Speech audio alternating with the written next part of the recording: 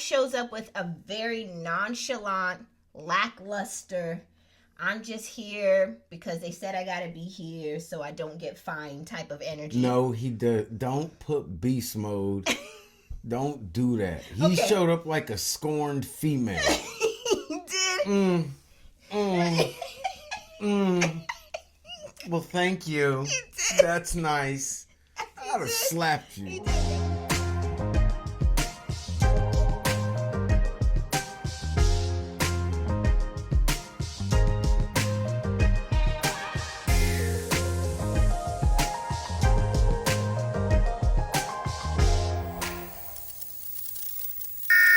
To the Married at First Sight season 18 episode 10 review. This is Couples Couch with Pat and I'm Cam. Welcome back. Happy New Year. I hope you Couch Potatoes had a happy New Year and a Merry Christmas, right? Why would you do that? Merry Christmas, Happy New Year. Disrespectful. Welcome back to the show. We have lots to unpack, right? Yeah, I'm really excited for today's show and our special guest. Wait, what? Who? We got a special secret guest. I know nothing about this. That's why it's secret. I'm not here for your shenanigans today. I don't have any shenanigans. I guess we can introduce her now. Coming all the way from California. She escaped the fires. Give it up for Frankie from Set It Off.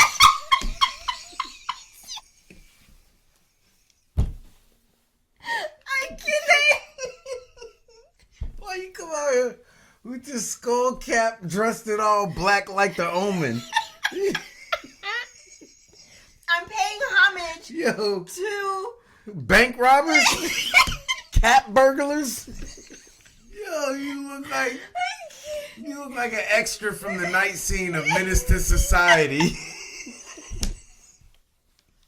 I hate it here. You hate it here? I hate it here. This is, you see, so clearly Couch Potatoes, I guess everybody can get it. So it's my turn today. This is how we starting off the new year? I had to come on the offensive. You look like you're up to no good. Look like you about to go to a Pooh Shiesty concert. Before we get into today's episode, let's go ahead and award the Marshmallow of the Week. That's easy. Because y'all know who it is before I even say it, right? Marshmallow. And what is this, his third time? He's just Marshmallow King. 3-time winner, Marshmallow King, IKEA.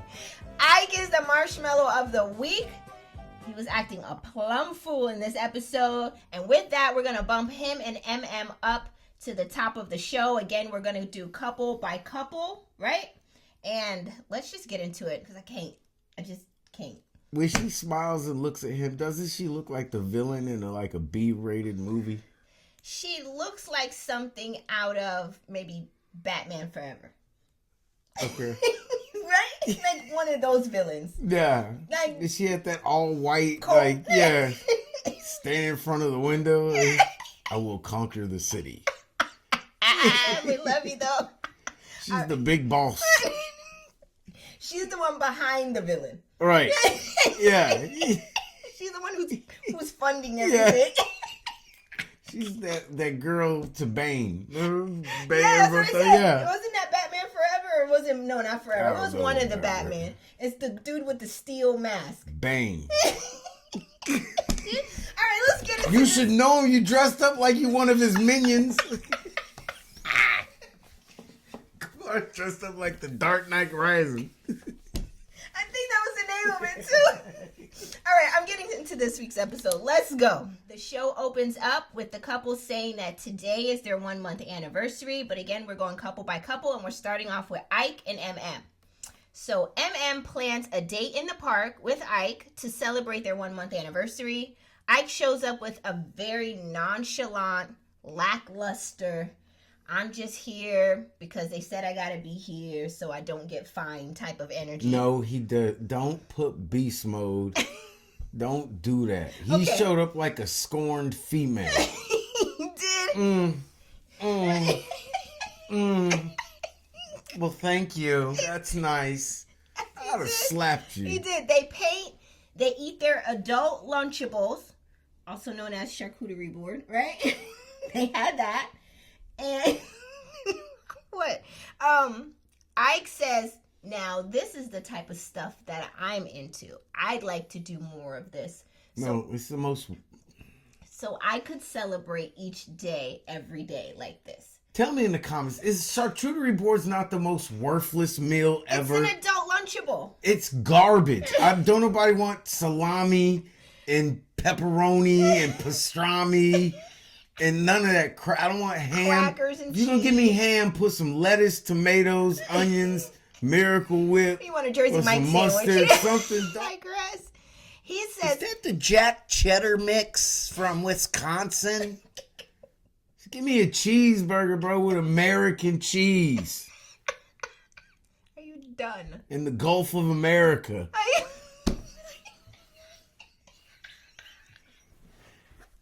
From the Gulf of America to the 51st state. And sea to shining sea. Yo, I can already tell you're going to be a pain through this episode. Let's get into it. Let me finish. We into it. Catch up. Ike says he would like to do more of this kind of stuff because he wants to celebrate each day. MM says, but have you been doing that though? Have you been celebrating each day? She alludes to the fact that he is just miserable every day. He's not celebrating, right? What? What is it? Say something. Is it in the air? Is it the season? When were you born, MM?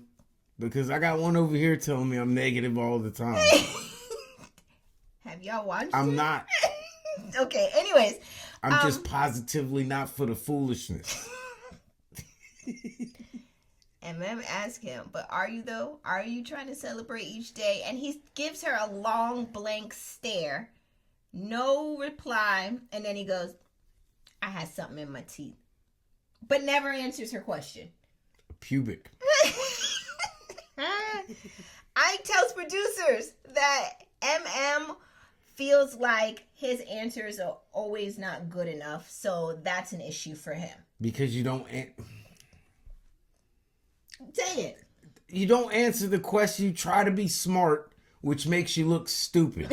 I didn't know you were going to say that. Let's get into the next scene. Does it not? Like, I don't care how many times you change your bifocals and your stupid ass hats and your wrinkled ass denim shirt. Come on here, bro. Get out of here. Next, Ike and Emem return to their apartment and receive their anniversary present from the experts. It's like a basket with all kinds of anniversary gifts, their photos, their vows that are framed. They have a very nice framed vows of theirs. And Emem asks Ike, so now that you sort of know me, do your vows still mean the same thing? Like, do they still hit the same? Time out. I think he's so stupid he needs a translator. No, I think he's very aware of what he's doing. No, because he never answers a question. And he says that. Ike says, I meant what I said when I said it. MM answers or responds back to him and says, okay, but that doesn't really answer the question. Right, that doesn't answer the question I posed. Ike says, I wasn't trying to answer your question. Then just say you don't want to answer the question. But you answered. You gave an incorrect answer. On purpose, though. I don't care what. You're trying to be smart. And I'm showing you how you're stupid. If you didn't want to answer the question like you stated, then you don't answer the question. But you gave an answer that had nothing to do with the question. Therefore, you did not answer the question. Any logical person would then try to redirect your dumbass back to the original question. You and your mole. Y'all can't see, you don't see the original question with the glasses on? Ike also says, if you keep beating the bear with your stick. Who's the bear? You're a bitch? I don't know about no bear. Ike says. Were you a koala bear? You one of them little red pandas? They're like this. So what kind of bear? You're not a grizzly. You're not big man. Because when Allen checked you, I don't want that right now. We didn't get there. We'll get there later, but I'm just let them know that when a man checked you, you wasn't no bear. You turned into a bitch. I'm sorry, Allen. I just didn't want to go there. We didn't get there We yet. gonna get. They been there. Ike also says, if you keep beating the bear with your answer stick because you feel like my answers aren't enough for you, you're going to see less and less of me. Ike says, when I read your vows, it doesn't say you're going to be a... It says, and don't come for me about my answers or I'll give you these vows back and that's what you can keep. Emem says, all right, I'm going to respect it. Thoughts? Who is the bear you're talking about?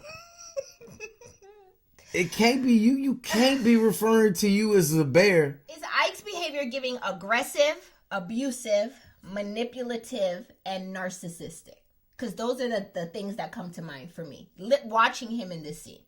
He's manipulating her by not answering the question. Or is it gaslighting? I wish this was 1992. I know you want to say certain words.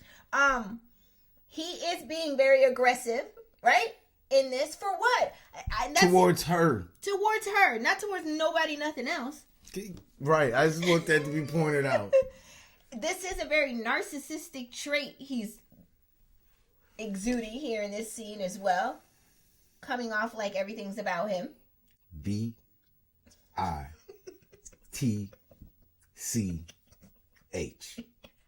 You can use whatever pretty words y'all want to use. Narcissistic, aggressive. Yeah, bitch. Abusive. Bitch. Manipulative. Bitch boy. I didn't like it. I didn't like none of how he talked to her. And I say that MM has the patience of a saint. Because the amount of times they would have cut the camera on me. Because I would have been like, well, look at you. Look at how you're acting. She's big boss. Oh, okay. She knows she's going to have him duct taped to a chair soon. That's the leadership skills in her. Yeah, she's like, all right, I'm about to, all right. All right. Get them jumper cables and it's a wrap. I just thought it was very rude of him, though, to talk to her like that. Because I didn't see anything in that scene warrant that reaction. It's all the other scenes before. Her house, her career, her dress. Her office space. The way he gaslights her and she informs him, bitch, I'm electric. I drive a Tesla. Your little gaslight don't bother me. Well, she's not bothered. She's unbothered and unfazed, and he can't take it. He's a little man. Yes. Next, MM shares in a diary cam that Ike left that night after going on his whole spill about beating the bear with her answer stick. He left that night and hasn't returned home. MM says she sent him several text messages and phone calls with no answers back from Ike. And he was in somebody's arms explaining how he's the victim. MM proceeds to head out to the 1-month anniversary dinner alone. And she tells the entire cast that what's been going on between her and Ike, right? She says that he's called her aggressive. He's accused her of being a predator. He's also called her on their 1-month anniversary. The whole cast is shocked, like, what in the world is going on? She also mentions that y'all know he did apply for the show 2 or 3 times, right? Here's the thing.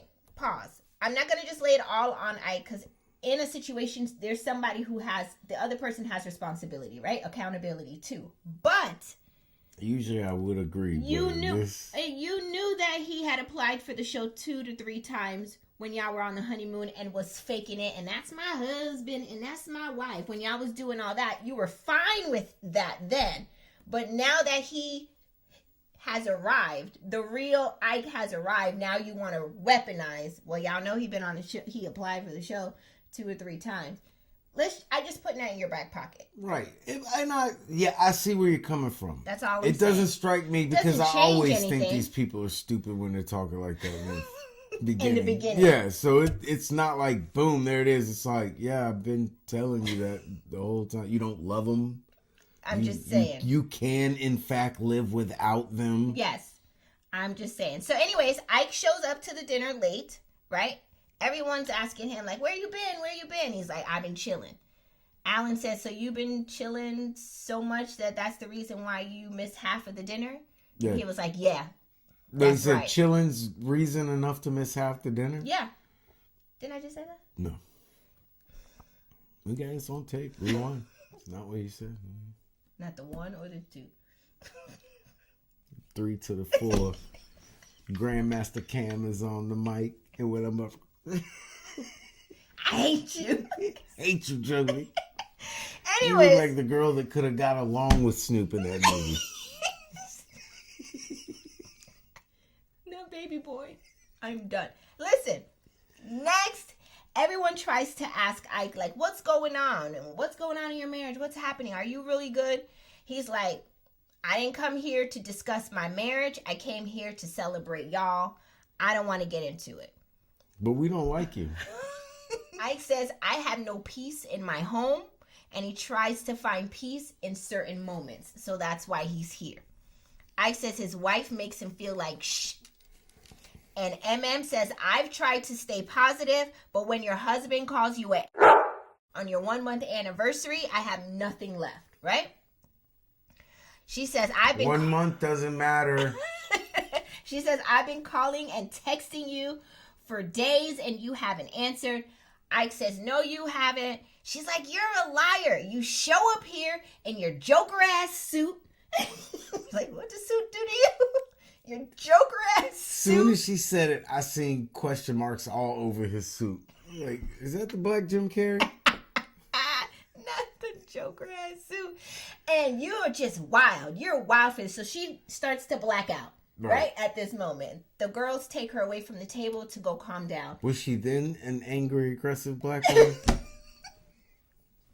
Did he turn her into that? He is. He's trying to get a rise out of her, and he successfully did it in that moment. Yes. So he stayed back and sat at the table, and he said to the guys, y'all see, I told y'all this is why I didn't want to bring it up. So he started to play that victim role, right?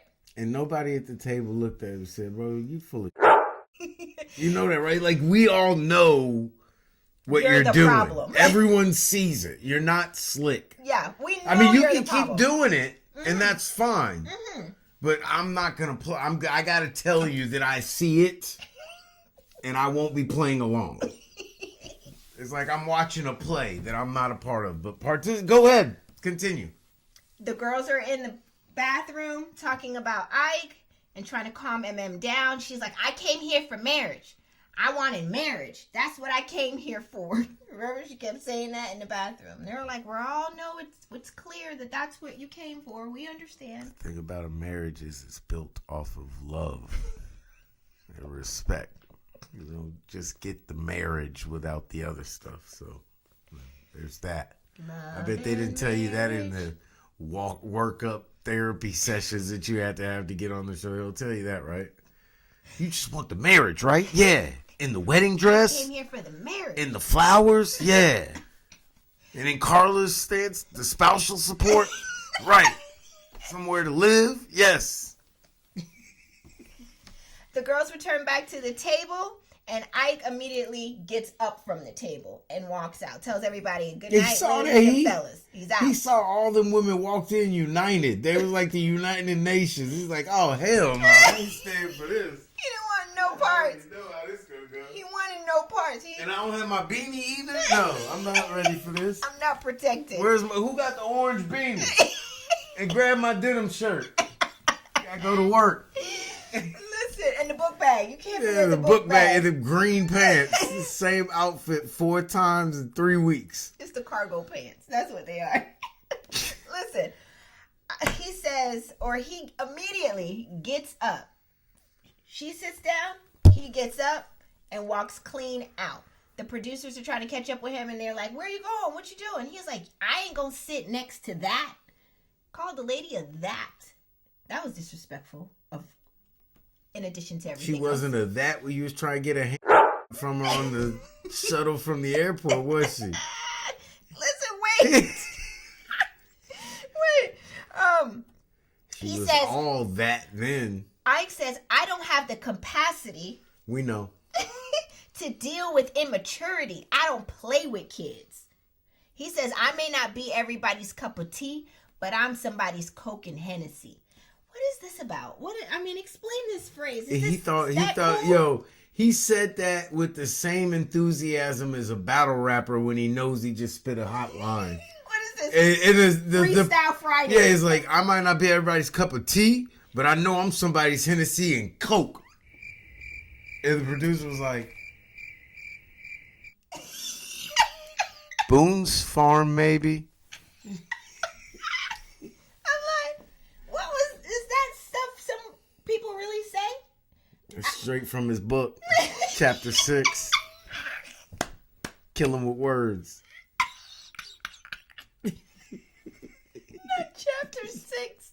Kill him with words. I'm done. He thought he spit a bar right there. I think he did. So I proceeded to tell the producers, that since day one, MM has been trying to jump on him. He says that he told her to chill with the sex I thought you was the bear. thing. I thought she didn't poke you with the bear before she jumped on you. She didn't hit you with the answer stick. She just jumped on you. You wasn't ready, right? I wasn't in koala mode. He says, I told her to chill with the sex thing because I don't know you like that. He says, even at the altar, she just didn't even wait for me to ask her if I could kiss her. She just pushed her tongue down my throat. Ike says there will be a divorce on the table. And then he heads back to their shared apartment and begins to move his stuff out. She won't respect my pronouns. Ike does share She's that... using all my products. What products? He ain't got no hair. She's got balding oil. I'm done. Coconut avocado mix. Ike does share that he can't do it anymore. He can't be around someone who makes him feel smaller than them or make him feel... You're doing all that, bro. You're the one that's making yourself feel small because you're comparing yourself to her. She's for real. Or make them you feel... out here or make fabricating. him feel belittled or insult him. MM comes home and does see that his stuff is gone, and then she cries herself to sleep. My question is, do you think that Ike felt inferior or had insecurities due to MM's success? Okay, life is better with balance, so I got to get on you, MM. What the hell are you crying for? I know. I'm like, you're a boss. Y'all, not even that. You all were never cool. Right. That's so true. So what are you lamenting? I guess just hurt feelings off of what? You know why? Because they started off bad with all this. That's my husband and that's my wife, and kind of rolled up on top of each other every moment, and without getting to know what person this is. Like, get to know the person before you start creating a smoke screen or a facade. Again, why are you crying? It's been a month. She got hurt feelings. She probably feel embarrassed. There's probably a number of things. You know what I mean? A month? I'd be like, go on and get. Fine. I didn't want you around here anyway. Yeah. Can I get your friend's number? You didn't answer my question at all. Do you feel like Ike felt inferior or had insecurities to MM due to her success? And I'm going to say, I know I asked you. I intentionally didn't answer your question. And I'm going to answer for you and say yes. And the reason why is because he said it in the very last scene when he was moving out his stuff. Ike shares, I can't do it anymore and be around someone who makes me feel like I'm smaller than them. Well, she's taller than you. That's not what he meant. It's not her, that's God. That's genetics. God, your mama and your dad made you small. Yo! Your mom should have went for the power forward and not the point guard. Oh my gosh. But It's the mole. The mole took your height. Can you It stunted your growth. It stole nutrients. Can you Something like that grows independently. It's got its own digestive system. Can you stop? Circulatory system. Fucking mole got a heartbeat. Listen. This mole got a PPO. Listen, he told on himself right there. That was his main issue. It wasn't the asking of the questions. It was just him in his head feeling inferior to her because she is successful. Don't want no short. Don't. That's what went through his head all the time. Don't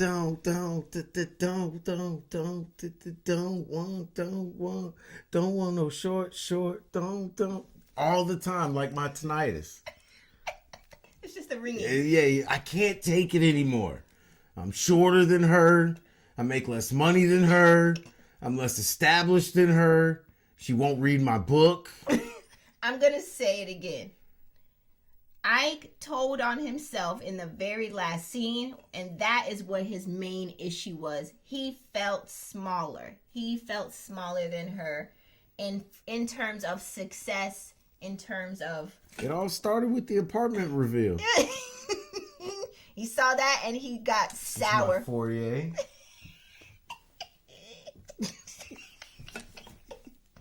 And that's what he couldn't take. He was like, very nice. Do you think Ike was ready to be married? No. Okay. Couch Ike potatoes. shouldn't be out here in the world without a sponsor. You need a mentor. Somebody to talk to. Couch potatoes, let me know your thoughts. Do you think the real Ike has finally showed up? This is who... Remember we kept saying he sounded very scripted? He couldn't handle it anymore. I've been told y'all this dude was crooked from the gate. Yeah. I always get it right. I never miss. You just seen it.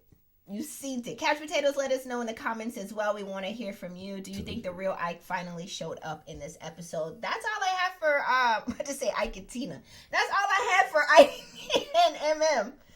Anything else you got with them? Prescribe these medications like I told you to prescribe these medications. Do you think that they're going to make it to the end? I know he says there's a divorce on the table, but he looks like that, or they look like they're in some type of therapy. They're mandatory therapy sessions. I hope she doesn't take him back, but let's see. More to come on this. He did say divorce Got on the another table. banana purse in the making. And thank you for bringing it up. So is Ike the new Married at First Sight villain? Remember Chris from what season was that they were in? Atlanta? Yeah. He did Paige so bad. But they're not even the same beast. It's a different type of villain. Yeah. Okay, so he hasn't taken over the trophy. Chris still holds it. Yeah, Chris did never say somebody sexually assaulted him. Chris, didn't he have sex with Paige and then said she wasn't and then attractive? The next morning said she wasn't attractive. It's a different, Yeah, he did what everybody says that IKEA should have done. Yeah. Yeah. It's true. All right, that's all I have for Ike. That's all we spent 30 minutes talking about these idiots. Both of them. You're dumb, both of you. Let's get into the... Next. Let's get into the next couple, which is Thomas and Camille. Next couple is Thomas and Camille. Camille sets up a basketball game or date, right, with Thomas to celebrate their 1 month anniversary. Thomas shows up late. As punishment, Camille has him do some suicide exercises, right, for not being there on time. Poor thing, he started one and his leg gave out. Not poor thing. Why you come in here dressed like you going to an NBA tryout if you know your ass ain't got no athletic stamina at all? Hamstring gave out immediately. You went to the free throw line and blew your hammy. In one shot. Thomas does reveal, though, there's a reason why he was late to their basketball date, but he will try better in the future to make sure he's on time. Next, Thomas and Camille have their date for their 1 month anniversary. They do like a making drinks type of experience. Then they exchange gifts and he buys her a necklace. And then he reveals that's the reason why I was late, because I was in traffic coming back trying to get to the date. And I had to go to a different location to get this necklace. She loves it. They have their little dry dinner. And you could have got it at the farmer's market. It's a lady over there that sells jewelry. Look just like that for $3.99. It's her birthstone. Oh yeah. These red rocks. Do you think Thomas and Camille have transitioned into a very boring couple? there was no transition. They started out, they maintained. You remember in the beginning, I was like, oh, Camille is my favorite. She just comes off so really natural. Now she just comes off so stiff and boring to me. And then when you combine that with a layer of Thomas, it's just too much. It's too much boring for me. I think she's toxic. You think so? She keeps saying things that catch my ear. Like what? This is my first relationship with a decent dude. Oh, she did say that. Yo, That anybody with that first that's healthy always with relationship. somebody that's always in bad relationships, it's you.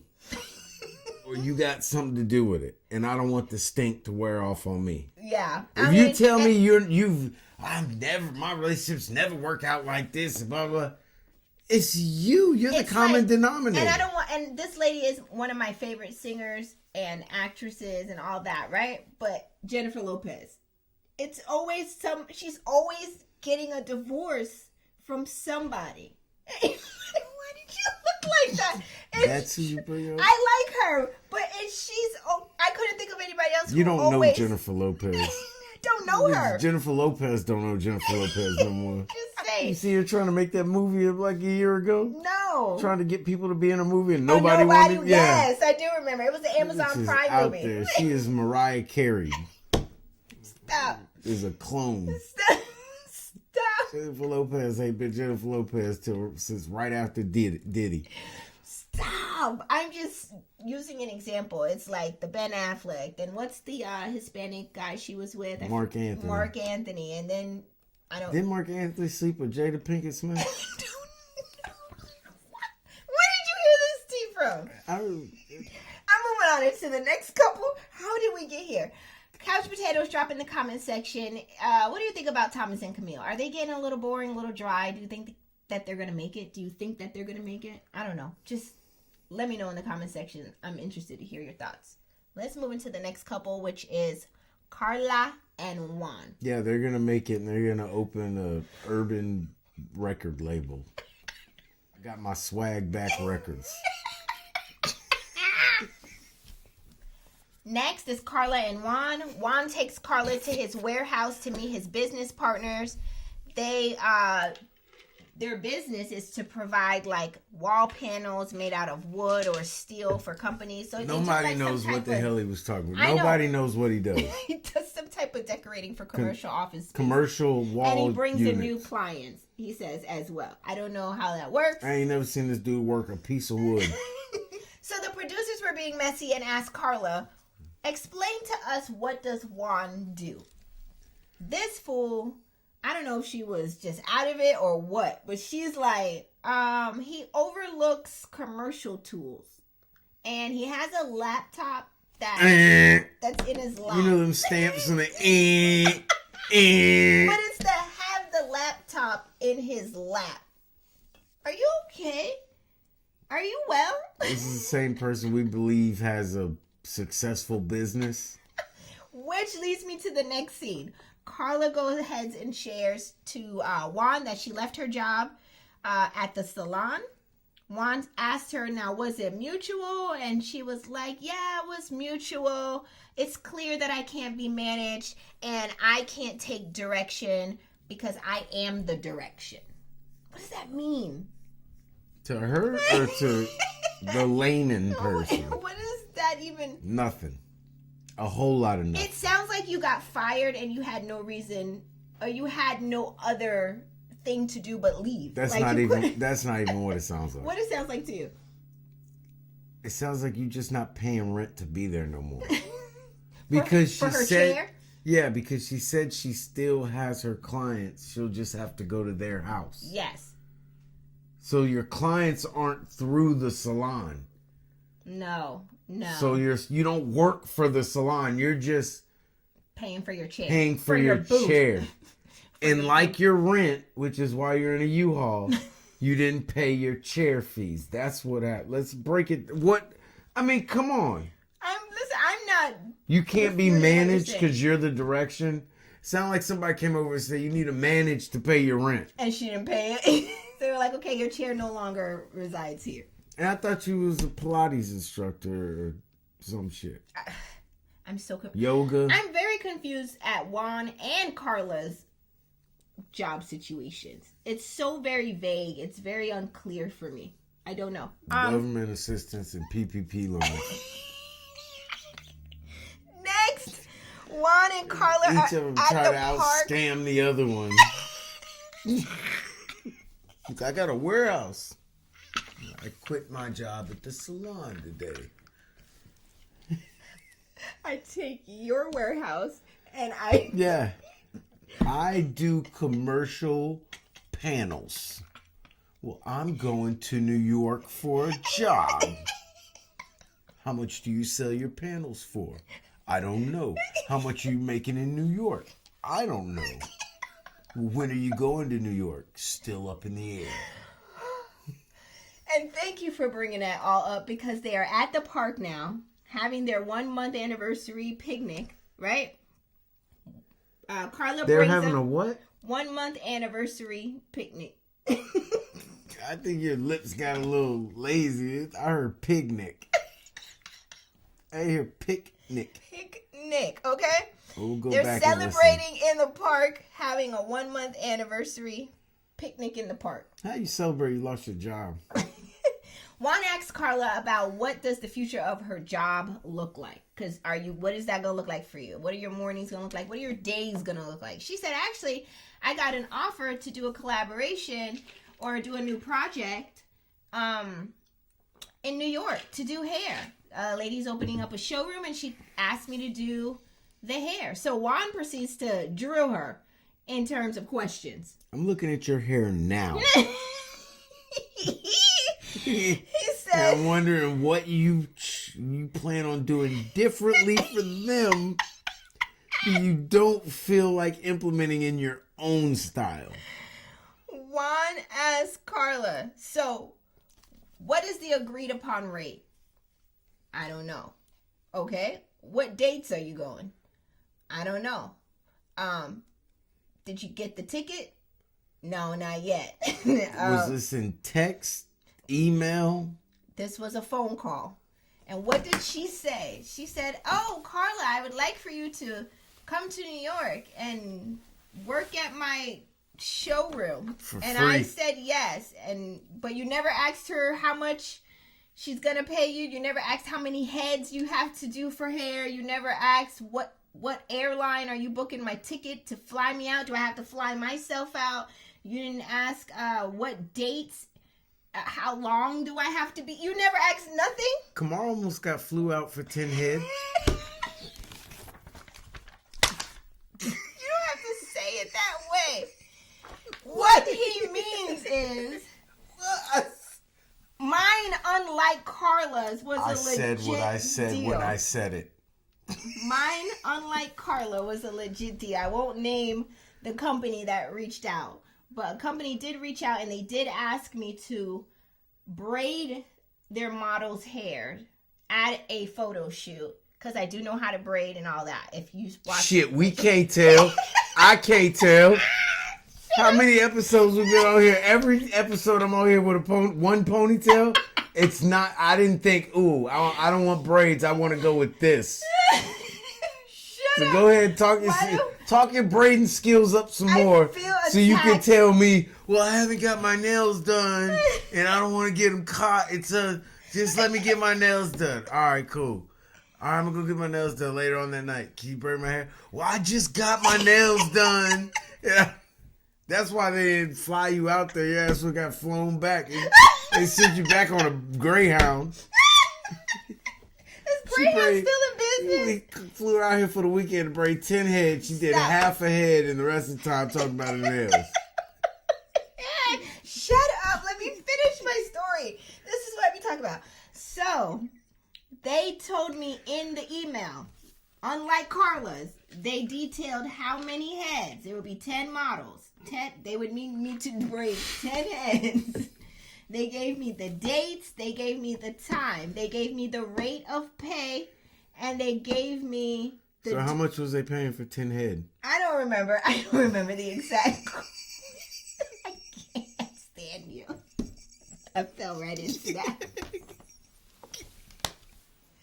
All I'm saying is, Carla is full of BS. Because ain't no way any company or collaborator or partnership or anything, they're not going to detail all the details of the collaboration. That's what I need to start doing. I need to start getting my scheduling a hair braiding session with you through our Couples Couch LLC.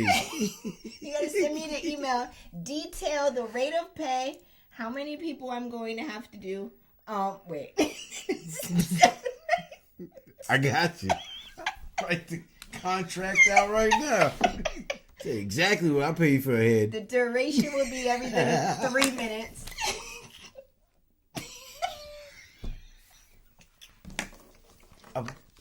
Collaboration fee is gonna be through the roof because I'm putting you through 3 minutes of hell.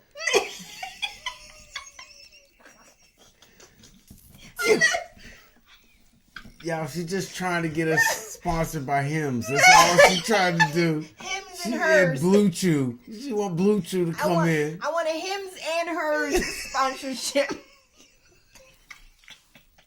right, I'm done. That's all I have for Carla and Juan. Juan clearly sees that Carla's full of it. That's why he's drilling her down so much on all the questions. And she has no answers. Do you think Carla is serious about having a job? I can tell y'all right now. She ain't got a place to live. Couch Potatoes, let me know in the comment section. Is Carla serious about having a job? I say no. From what she just explained, and as someone who does collaborations and partnerships all the time, I can tell you what she just said there on TV was full of you know what. Yeah, that's why every time people start talking about what they make and what they do, show it to me with Internal Revenue Service on it.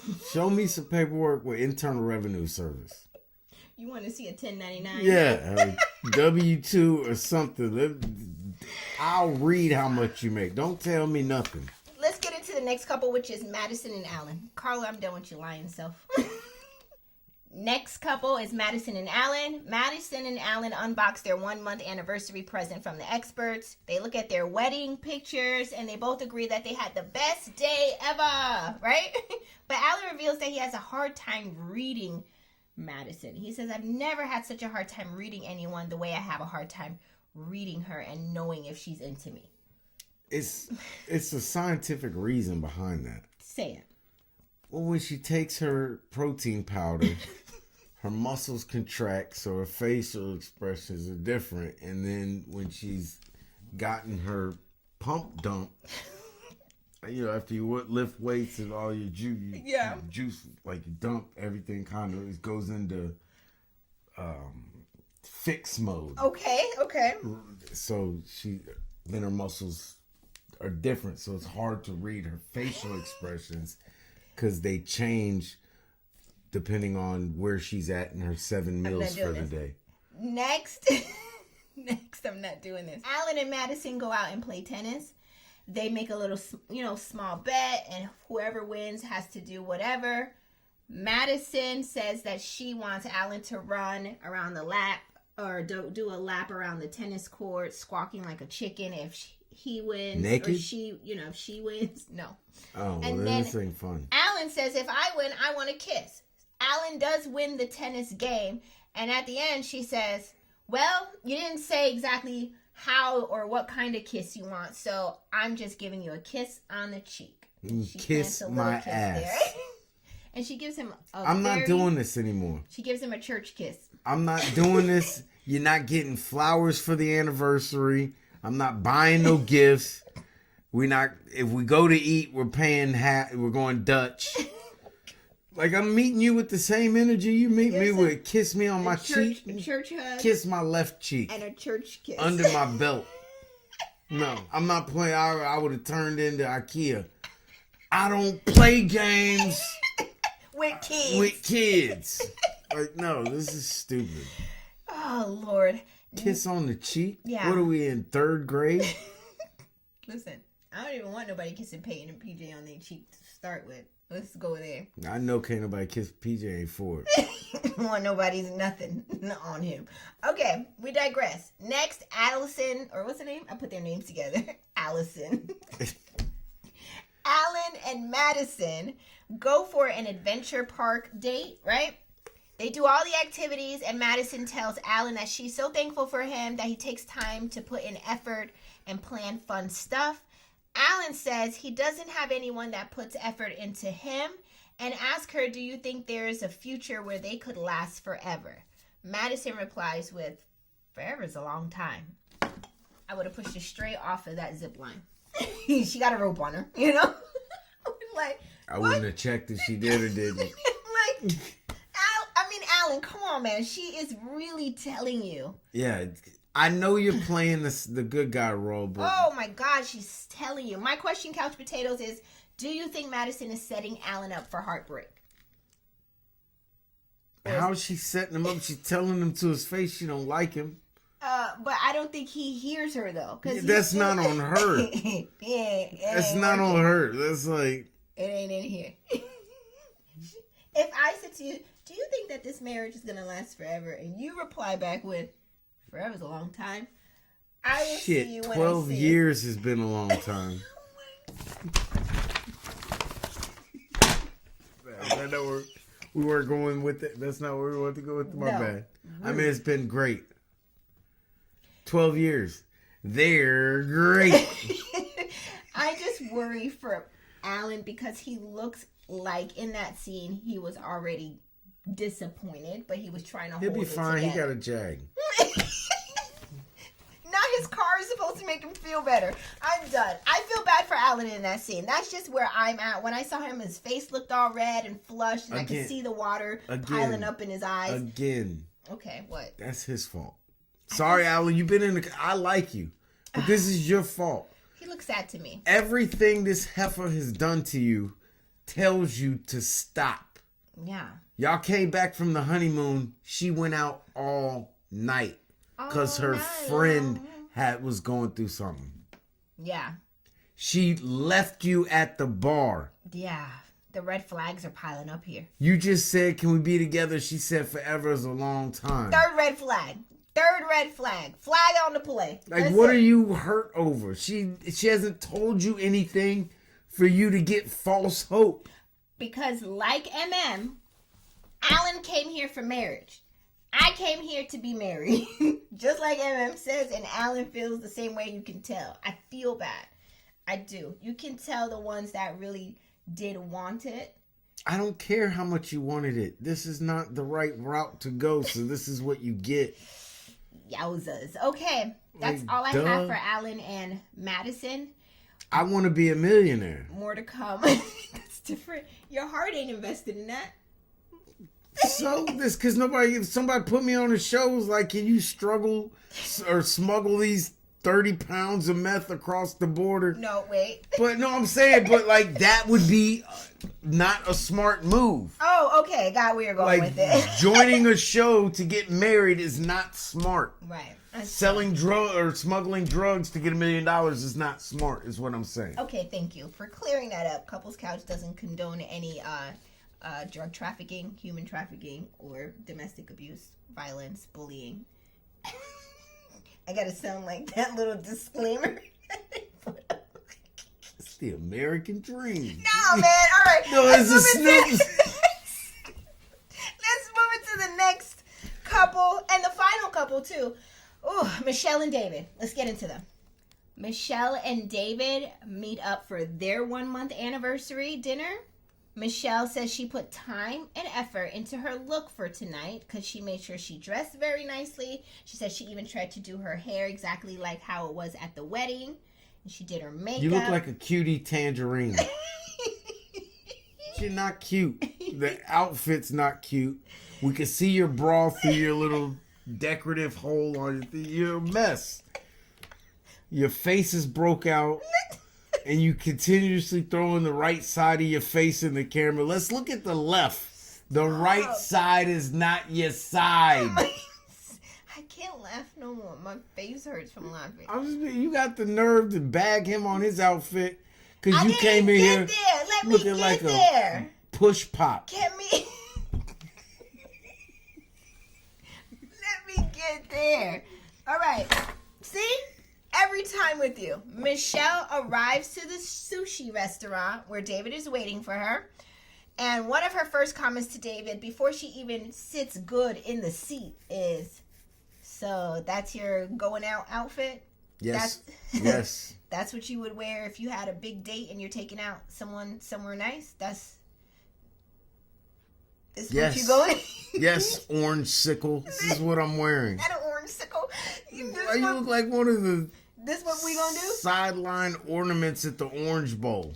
David goes, so well, hold on. I look bad? Like, what? You know, I didn't have time to go back and get a polo. Poor David. I don't even know if you... And here's the thing, you dumbass. If you were with the man you think you want, he would make fun of your makeup. You look like somebody who just started using makeup. You're not blended right. Your colors are too bold for the bold ass outfit. There's gotta be some contrast, heifer. Not Patrick with the makeup tips. Yeah. Wait a second. But he ain't wrong. Okay. Like, what is going on? He ain't wrong. You critiquing me based on some criteria you yourself don't measure up to in the female version. The female version of the man you want is slaying you. You're dressed like Rue 21. I haven't heard about Route 21 in forever. And talking about other people because they wear Sweet 16. Like you're only 2 stores over in the mall. You're not at the special. You talk like you got Gucci on. What are you talking about? Same with your apartment. Wait. Basic. Wait. Let me get further into this. Regular. Ordinary. So her comment to David was, so you gonna wear that? That's your outfit? And David's like, hold on, so I don't look good? Like, I didn't have time to go get something dressier because I didn't want to be late because I looked at the traffic and I could see if I went somewhere else and got clothes, I would have been late, and I didn't want to do that, not on my 1 month anniversary, right? I didn't want to be late. She was like, my question is, was Michelle rude for questioning David about his date night outfit? Which we already know how he feels. Couch Potatoes, drop it in the comment section. Was Michelle rude for questioning David about his date night outfit? Am I underdressed? Because I only see me, you, and the waiter. And not only that, we're eating sushi rolls. We're not at Perry's Steakhouse or Fleming's or... Yo, I hate when people have... What do they call... I know what you're saying. Yeah, like you live in this delusion. Inflated. Yeah, like you're mindset. delusional. Yeah. You think you're something you're not. Yeah. Overinflated. And as a person mindset. who interacts with the people you think you want, they would clown you. Yes. So You're he had trash. a They very- see where you come from. The thing you're afraid of, they'll see it. Your outfit yells small town. Damn. Like, what are you talking about? Damn. Your shit would be nice at Sunday service in Podunk Town, nowhere, and then you go to the 4th of July celebration afterwards. That's what that dress is for. Patrick's pretty much saying your outfit's giving Virgin River. Yeah. On Netflix. Ordinary, just like your apartment. He's saying your outfit gives When Calls the Heart. On the Hallmark Channel. I saw it on the Hallmark. Yeah. Patrick, why you have me doing this with you? I'm not sorry. doing. Okay. Couch Potatoes, drop it in the comment section. Was Michelle rude for critiquing David's outfit? He did have on a pretty good, sweater. And they were just eating sushi. You're not even at a steakhouse. You're not at no Del Frisco's. You know what I mean? You're not at Fogo de Chao. Like, what do I need to be? I wear sweatsuits to all them places. I don't care. I'm paying $80 for a steak. I'm gonna wear what the hell I want. Not Papa's Steakhouse. Like, I don't understand what you... In slides. No, he's lying. Don't listen to him. He a whole lie. Next, Michelle says, so why did you come to this restaurant? And David says, well, because, we did this on The our producers honeymoon. booked it. And I know you like the sushi, and even though I'm not big into sushi, I'm doing this because I know this is something you like. and I'm just trying to make you happy. You can't make me happy. That's what she did. You're not in charge of my happiness. She did exactly that. And I am. She was like getting over the top. I don't know why that triggered her. Have you ever met your happiness? She says, I'm in control of my happiness and no one else can make me happy. Do you understand that? Like, she was just... and he sat there and he took it. That was the part that also has the patience of a saint. Because again, they would have cut the camera for me and would have blacked out in these people's sushi restaurant that I didn't want to eat in the first place, right? You're not going to sit here and talk to me like this in your highlighter dress. Do you think that Michelle or anything can make Michelle happy? Honestly. I think even if David showed up in a blazer, in a crazy. suit, in a tuxedo, she would still be like, so... No. You chose to wear a tuxedo today? And you chose to wear a white bra under this dress. Right, you ain't lying. Like the I whole will bra, stop you when you're all wrong. the way around. Like you didn't even get a little one. Be like, let me push this hole down here so you don't see the f***ing bra. Sorry, I know you're gonna have to cut that out. But like, who do you think you are? Who do you think you are? Sorry, I just had a reggae flashback. But okay, David says he feels frustrated and he's trying to be honest, genuine, and cordial with her, and he just doesn't know where else to go with this. He's good. This is where, you know, how black people say, you better than me. Because I couldn't. I was red eye. Man. So next they return back to their apartment and unbox their 1-month anniversary present from the experts. They watch their wedding ceremony on TV, and I'm about to call him Derek. David proceeds to cry. Did you see that? He was rubbing his eyes quite a bit watching Me too. it. I was too. I think he was crying from disappointment. I don't think he was crying from being like overwhelmed at how happy they were or whatever. I just think it's watching it and being disappointed. Why are you crying? I'm going to say this. When I watch him watching him, when I watch him watching himself, you could see in those scenes in the wedding that he looked like another person who really wanted this to work. Like he was looking forward to this experience working out. I think he was very overly hopeful, and he got Michelle. And I think Michelle was into him until they walked out and sat down, and he said he smokes and lives in his mama's house. So you're saying he spent many a nights laying in that bed dreaming about the family he could have in that basement of his. Yes. And then he rolled over and reached in the kitchen and got something cold to drink. Yes. And then when he was done, he set it on his... Yes. And he also wished that he had a keg for his kegerator.